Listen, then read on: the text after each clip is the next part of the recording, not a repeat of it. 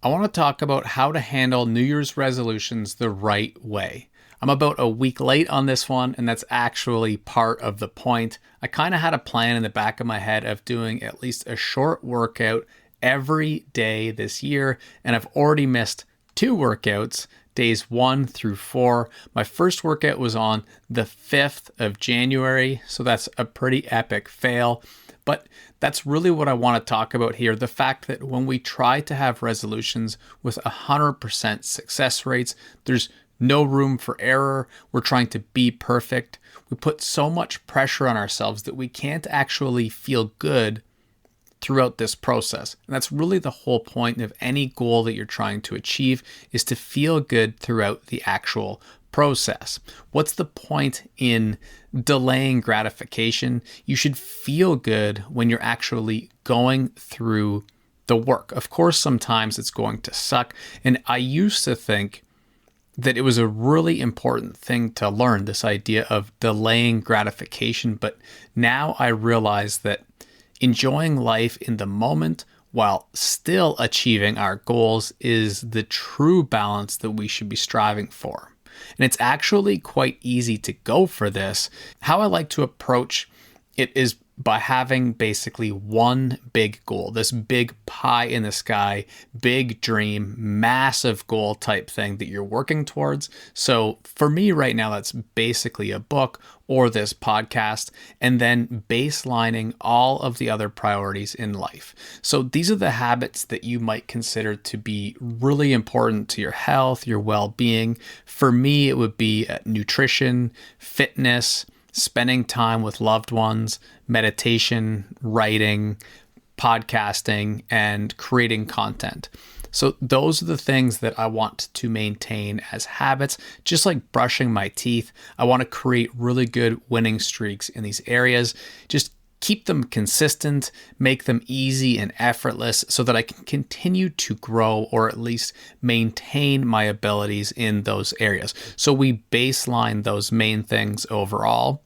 And then when it comes to the big dreams, what do we do about that?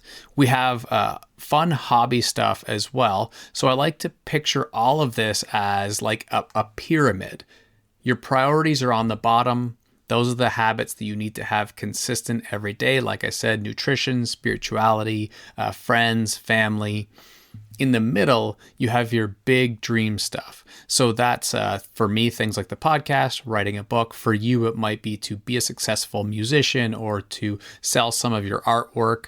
And then on top, we have hobbies and jobs. Those are the things that can come and go. Maybe you're into sneaker art one day, but you would like to get into hand lettering or knitting toques the next day, and maybe you have a job driving Uber, then you work in a woodworking shop, and then you become a nurse. Like those things can kind of come and go. But in the middle, you have those really important goals that are just big dreams to you. We can also think of this as a circle, where at the middle, you have your really core important habits. So again, food, sleep, water, and then things that you want to make sure that you don't go too long without doing exists in the next ring. So for me, the podcast, writing a book, again, could be music or getting better at your fitness. And then outside of all of that is the work and hobbies. So they're the furthest from our most important targets. Now, how do you get things done in these areas? So this is the unique way of doing things that I think is really important. For a big dream, big goal project, so to speak, you want to create a waterfall action board to your one thing. What this looks like is identifying the big goal, breaking it up into steps, and then deciding what steps you need to do and what steps you can outsource, and then outsourcing those.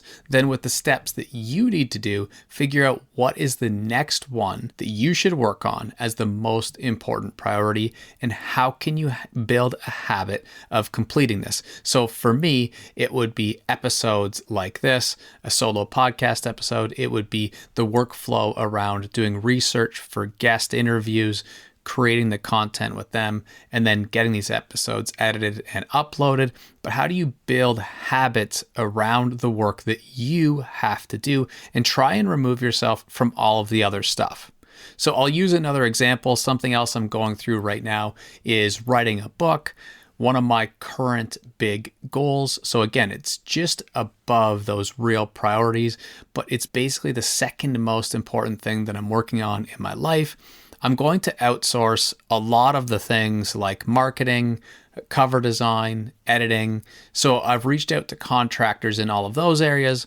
I wanted to learn from someone who's been there, done that as well. So I have an author coach, but the big part that I need to do is create the chapter outlines. And then I had to, at the very beginning of the project, do all of the writing. And now, at least once a day, I want to work through the 1,000 words per at least one or two chapters and go through some of the editing process. The other thing that I have to do coming up is to really start sharing my work with beta readers, people that could give some feedback, that would be good to take a look at the writing and see what's confusing, what they vibe with, what I should change. And then eventually, I will also want to be the face of marketing a lot of this once it's available for purchase. So those are the things that I have to do. Everything else could be outsourced. And all of this while I have a baseline when it comes to my fitness. So trying to get in 30 minutes of exercise each day, eating 80% whole foods is what I strive for with nutrition, doing some meditation and breath work for 10 to 20 minutes, podcasting and creating content for at least 30 minutes, and spending minimum, but ideally a few hours with my family each day. So these are my personal baselines. They're the habits that I check off every single day, and I'm just trying to keep these streaks going at least daily as a minimum. Oftentimes, I'll do a lot more. 3 times this week, I did workouts that were 90 minutes long. And sometimes I have the time to spend a lot more with my family, like this upcoming weekend, we'll be going snowboarding. But these streaks are really important that you are at least consistent in each of these areas as you work towards your big dream. Then we have the other circle at the very outside of all of our priorities, or at the tippy top of the pyramid. So that's our hobbies or jobs, or in some cases, jobbies, hobbies that feel like jobs. The things that we do because we're just really multi-passionate people and we have so many areas of interest and things that bring us joy. So for me right now, there are tons. I'll have to list them off. Singing, poetry, ukulele, piano, hand lettering, making clothes, filmmaking, photography, hockey, painting, reading, drawing, woodworking, cooking, running, teaching, and I could go on for a long time. But each of these things I need to just do sometimes because they bring me joy. They don't need results.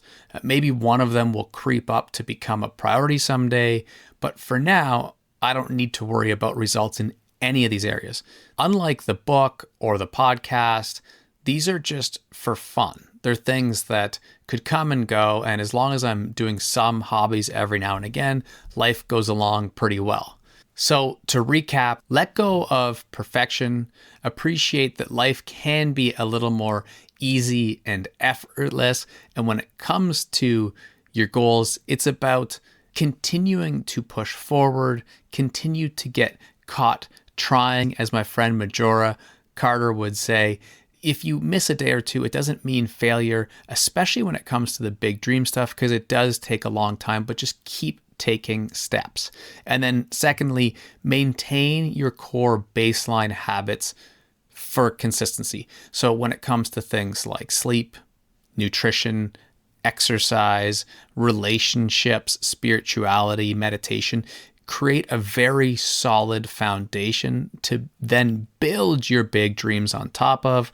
Speaking of which, the next thing is to make sure that you have big dreams, or at least one. What is the big project that you are working on that means more than just work, hobby and is maybe just a slightly less important than your true foundational priorities, but that really big dream. So are you writing a book? Are you building a business? Are you trying to design a clothing brand? Like, what is your big dream? And then when it comes to that big dream, the next thing we talked about was the idea of using an action board, like a waterfall system, to set goals for that. And I glossed over it. We could go over it if you want someday in a little more detail. But essentially, when it comes to the big dream, what's your 10-year goal? What's your 1-year goal? What's your quarterly goal? And then what's your weekly goal? Kind of set those, have them in mind, but then forget them and just build a daily habit. So if you want to write a book, what daily habit can you achieve right now? Finally, make some time for hobbies and different jobs that you enjoy, but don't stress about those things because those are the bouncy balls that can come and go. Just make sure that you are doing things that bring some vitality to your life. Remember, none of this is about perfection. It's all about progress. And I would love to hear how your goals or resolutions are going any time of year, because the new year is definitely overrated. So please do DM, comment, send me an email, let me know what you're working on and how I can support or share your work. Most importantly, keep moving forward. And until the next episode, just keep learning.